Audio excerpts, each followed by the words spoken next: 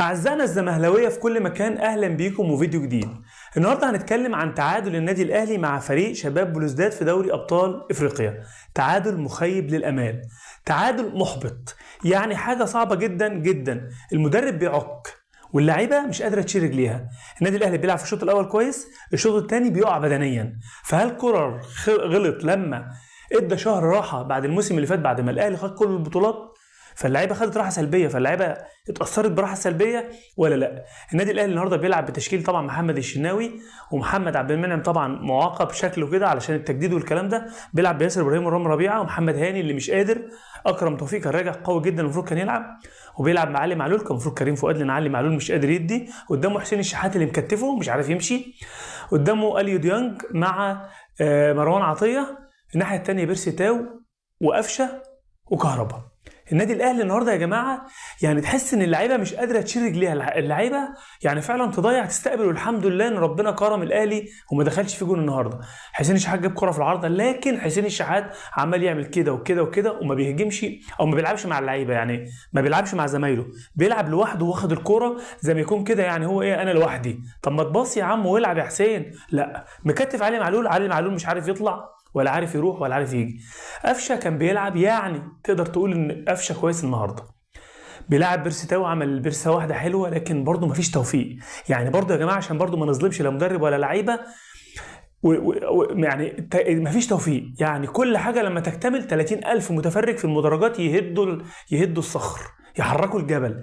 لكن النادي الاهلي مدرب شكله مش عارف هو فقير فنيا ولا بدا يبقى فقير فنيا ولا هو مش مركز ومعاند، ولاعيبه مش قادره تشيل رجليها. انا مش فاهم، يعني انا مش فاهم ايه اللي بيحصل في النادي الاهلي.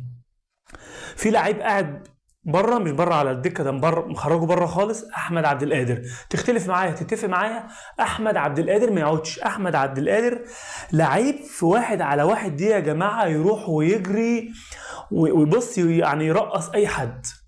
فنفس الكلام ليه بقى؟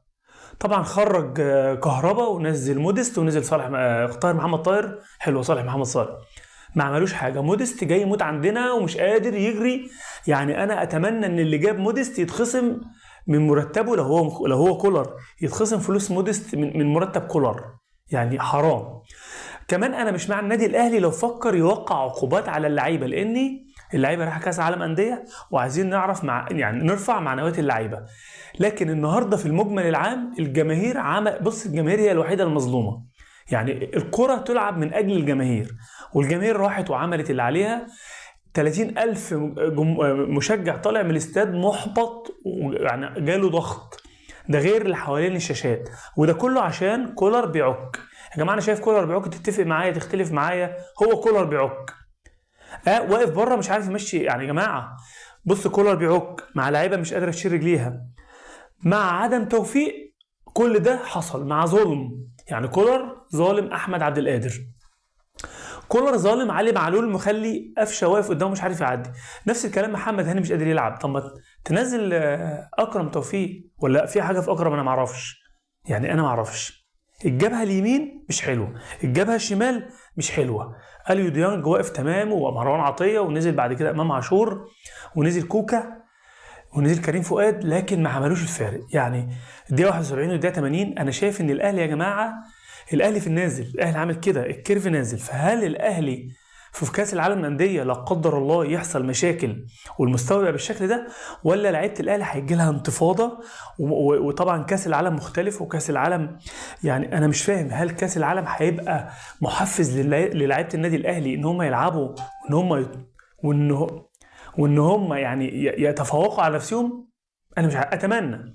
كمان في كاس السوبر المصري اللي هو 4 فرق اللي هيبقى في الامارات، الاهلي لو فضل بالشكل ده يا جماعه البطولات هتبقى، مش هقول مش هياخد بطولات، هياخد بطولات بس هتيجي بصعوبه وبشق الانفس وبحرق دم الجماهير وبالظلم اللي كولر عامله للعيبه. ده كان ملخص سريع لماتش النهارده بتاع الاهلي وشباب بلوزداد. اتمنى انك تشترك معانا في القناه وتتابعنا علشان يوصلك كل جديد وتشجعونا ان احنا نستمر. السلام عليكم.